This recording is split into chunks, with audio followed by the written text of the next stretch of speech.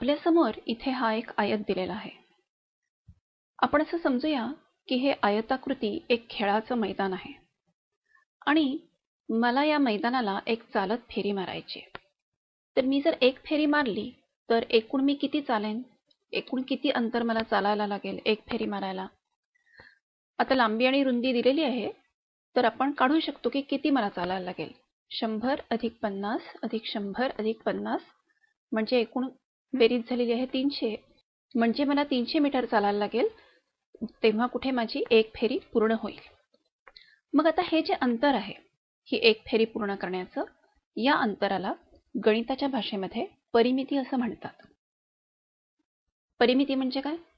परिमिती म्हणजे एखाद्या आकृतीचा सगळा काठ, ते जे अंतर आहे त्याला परिमिती म्हणतात. आणि ती काढायची कशी?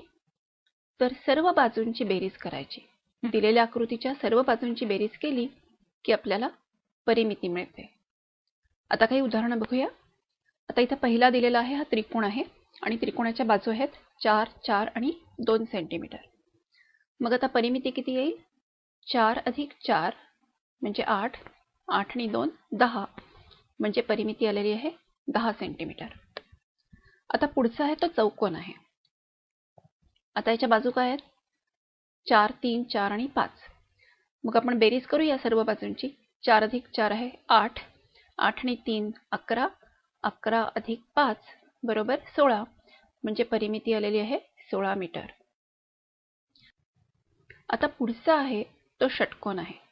6 बाजू आहेत, त्यामुळे तो षटकोन आहे आणि प्रत्येक बाजू ही 3 मीटरची आहे. म्हणजे आपल्याला काय करता येईल? 3 ची 6 वेळा बेरीज करायची किंवा 6 त्रिक 18 असा गुणाकार करता येईल. 3 गुणिले 6 बरोबर 18, म्हणून परिमिती आलेली आहे 18 मीटर. आता पुढचा जो आहे तो आहे पंचकोन. 5 बाजू आणि 5 कोन आहेत, पंचकोन आहे आणि प्रत्येक बाजू आहे 5 सेंटीमीटर. मग 5 अधिक 5 अधिक 5 अधिक 5 अधिक 5 असं 5 वेळा बेरीज करण्याऐवजी 5 5 25 असा गुणाकार करून 25 सेंटीमीटर अशी आपण परिमिती सांगू शकतो. आता हा इथे एक आयत आहे आणि मी लांबीच्या जागी लांबी आणि रुंदीच्या जागी रुंदी असं लिहिलेलं आहे. तर आयताची जर मला परिमिती काढायची असेल तर मला काय करायला लागतं? लांबी अधिक रुंदी अधिक लांबी अधिक रुंदी असं केलं की मला या आयताचा सर्व काठ म्हणजे सर्व बाजूंची बेरीज मिळू शकेल. बरोबर आहे? किंवा मी असं म्हणू शकेन की दुप्पट लांबी अधिक दुप्पट रुंदी असं केलं तरी आयताची परिमिती मिळते. दुप्पट लांबी आणि दुप्पट रुंदीची बेरीज करायची किंवा आपण असं म्हणू शकतो की लांबी आणि रुंदीची बेरीज करायची आणि त्याला 2 ने गुणायचं किंवा त्याची दुप्पट करायची. म्हणजे आपण असं शिकलो की आयताची परिमिती काढायची असेल तर त्याच्यासाठी सूत्र आहे. काय सूत्र आहे? लांबी आणि रुंदीची बेरीज करायची आणि त्या बेरजेला 2 ने गुणायचं, त्याची दुप्पट करायची, म्हणजे 2 गुणिले लांबी अधिक रुंदी. आता पुढे आपण बघूया चौरसाबद्दल. आता इथे चौरस काढलेला आहे आणि त्याला 4 बाजू आहेत. चारही बाजूंची लांबी ही सारखीच असते. मग आपण त्या लांबीला बाजू असं म्हणूया. म्हणजे चौरसाची परिमिती कशी येईल? बाजू अधिक बाजू अधिक बाजू अधिक बाजू, म्हणजे आपण 4 वेळेला बाजू घेतलेली आहे. म्हणजेच बाजूची चौपट करायची किंवा 4 गुणिले बाजू. म्हणजे चौरसाच्या परिमितीचं सूत्र काय झालं? 4 गुणिले बाजू हे चौरसाच्या परिमितीचं सूत्र झालं. आता आपण थोडासा सराव करूया. आयतासाठी मी इथं सूत्र लिहिलेलं आहे. लांबीची दुप्पट आणि रुंदीची दुप्पट यांची बेरीज करायची किंवा लांबी आणि रुंदीची बेरीज करून त्याची दुप्पट करायची. पहिलं उदाहरण आहे, लांबी आहे 8, रुंदी आहे 5. मग 8 आणि 5 झाले 13, 13 दुने 26, म्हणजे परिमिती आलेली आहे 26. आता लांबी आहे 7, रुंदी आहे 4. मग 7 आणि 4 11, त्याची दुप्पट करायची आहे. 11 दुने 22, म्हणजे परिमिती आलेली आहे 22. आता पुढचं जे उदाहरण आहे त्यात आपल्याला लांबी माहिती आहे आणि आपल्याला परिमिती पण माहिती आहे. आता आपल्याला काढायची ती रुंदी. आता लांबीची दुप्पट केली, आपण लिहून बघूया.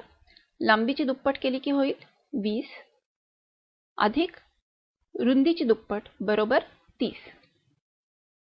म्हणजेच रुंदीची दुप्पट बरोबर 10.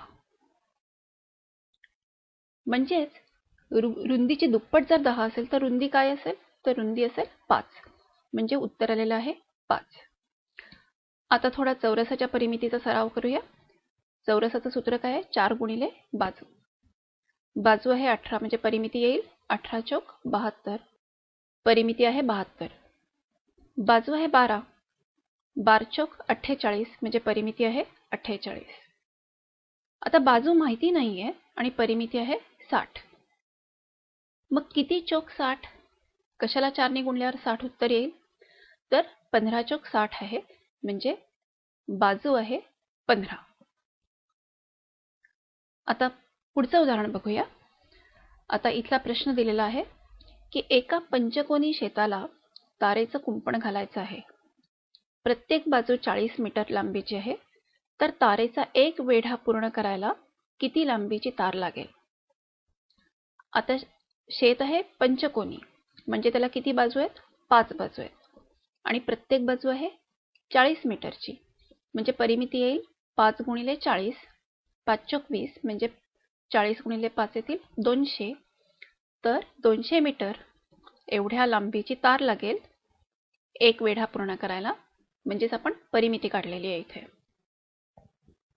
आता पुढचं उदाहरण बघूया.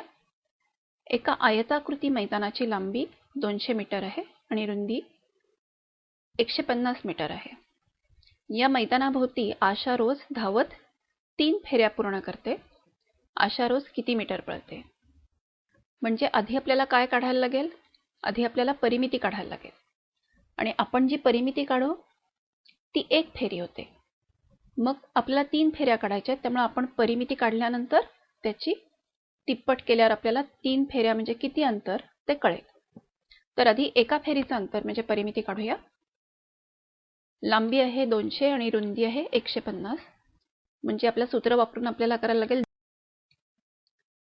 2 गुणिले लांबी अधिक रुंदी म्हणजे 200 अधिक 150. मग आधी बेरीज करायची. 200 अधिक 150 बरोबर 350. 350 गुणिले 2 म्हणजे झाले 700 मीटर. 700 मीटर ही आहे परिमिती. परिमिती म्हणजे एक फेरी. मग आता आशा 3 फेऱ्या मारते म्हणून 3 गुणिले 700 बरोबर 2100 मीटर किंवा 2100 मीटर एवढं अंतर ती रोज पळते.